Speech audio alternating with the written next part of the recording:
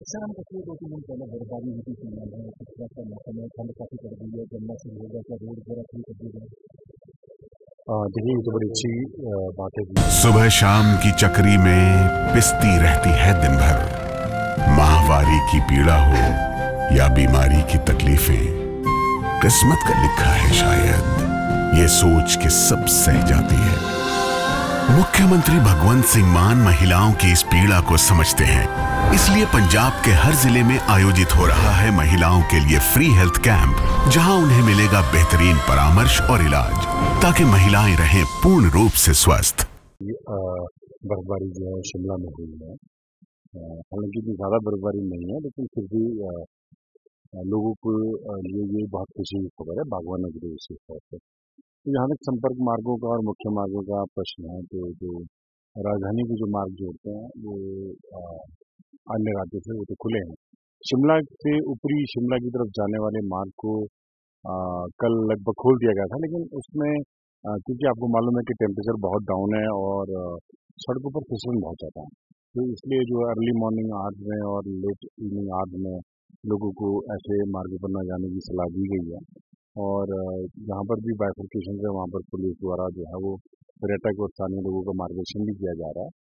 तो ठंड है, ये अभी हम सुबह मॉर्निंग में कुछ लोगों से बातचीत करने के लिए भी वैसे थोड़ा निकले थे, तो ऐसे में देखने में आ रहा है कि ठंड है और सड़कों पर फिसलन है, तो सावधानी से चलने की आवश्यकता है। तो सभी से मेरा निवेदन है कि गर्म कपड़े डाल के रखें और बहुत सावधानी से जो है वो चलें, ताकि पाँव इत्यादि ना फिसलें और कोई नुकसान ना पहुंचे।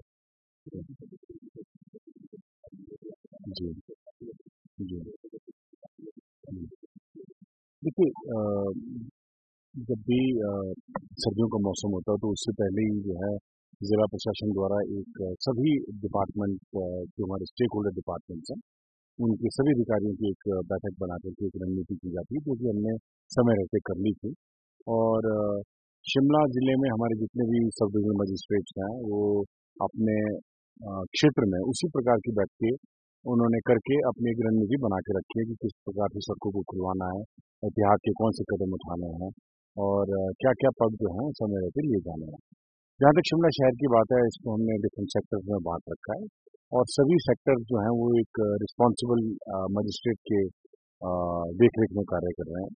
इसमें पुलिस के डीएसपी लेवल के ऑफिसर इन्वॉल्व हैं और जितने हमारे पीडब्ल्यूडी, आईपीएच, एचपीएससीबी, फायर और फॉरेस्ट, ये सभी रिस्पॉन्सिबल ऑफिसर सेक्टर वाइज इसमें तैनात है, ताकि कहीं मौसम खराब होता है, कहीं कोई पेड़ गिरता है, कहीं बिजली का कुछ अवरुद्ध होती है बिजली, कहीं पानी की सप्लाई कहीं बाधित होती है, तो वो कोऑर्डिनेट करके आपस में सेक्टर लेवल पे उसके समस्या का समाधान जो है वो तुरंत निकालने की कोशिश करेंगे कोऑर्डिनेट।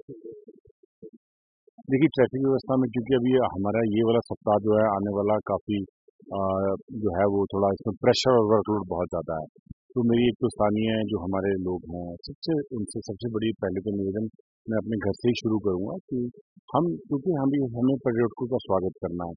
माननीय मुख्यमंत्री महोदय ने भी निर्देश दिए हैं और विंटर कार्निवाल चल रहा है। तो जब तक हमारा खुद का कॉपरेशन नहीं होगा तब तक हम इसमें जो है वो एड ऑन्स नहीं कर पाएंगे। तो अभी बाहर से आने वाले लोग हैं, बाहर से बहुत गाड़ियाँ आती हैं, तो एक तो हमें ये कोशिश करनी चाहिए कि अगर हमारे पास अल्टरनेटिव पार्किंग अवेलेबिलिटी है, तो हमें अपने वाहनों को जो है वो उस ओर जो है जाकर के पार्क करना चाहिए। कहीं पे भी अनऑथराइज्ड पार्किंग ना करें। अनऑथराइज्ड पार्किंग से ट्रैफिक की समस्या हो जाती है।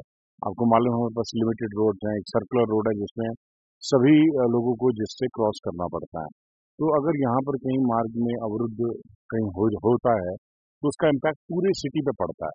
तो इसलिए ये सबसे पहली तो मेरी यही अपील है कि हमें बड़े सिस्टमेटिक तरीके से जो है फ्लो करें। दूसरा ये कि पुलिस की एडवाइजरी को प्लीज़ आप मानें। ये बड़े क्योंकि इसमें डिफरेंट जगहों में सारे इंपॉर्टेंट जो पॉइंट्स हैं वो हमारे कैमरे लगे हुए हैं और उसकी निगरानी जो है कंट्रोल रूम से की जाती है और उसके हिसाब से ट्रैफिक को नीड बेसिस पे कुछ पर्टिकुलर टाइम के लिए आगे पीछे किया जाता है, ताकि सब लोग जो हैं वो मूवमेंट में रह सकें।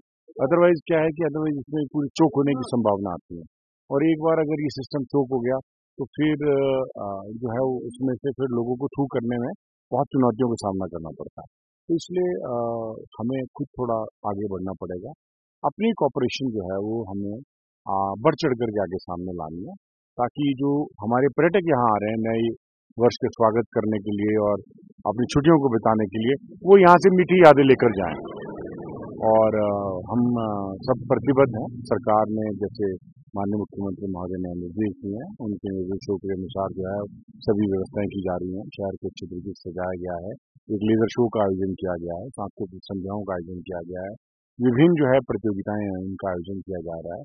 तो ऐसे में उत्साह का माहौल है, तो सबका सहयोग रहेगा तो हम इन सब आयोजनों को जो है भरपूर जो है मनोरंजन के तौर पर एक मीठी यादें लेकर यहाँ से जो है हमारे पर्यटक जा सकते हैं।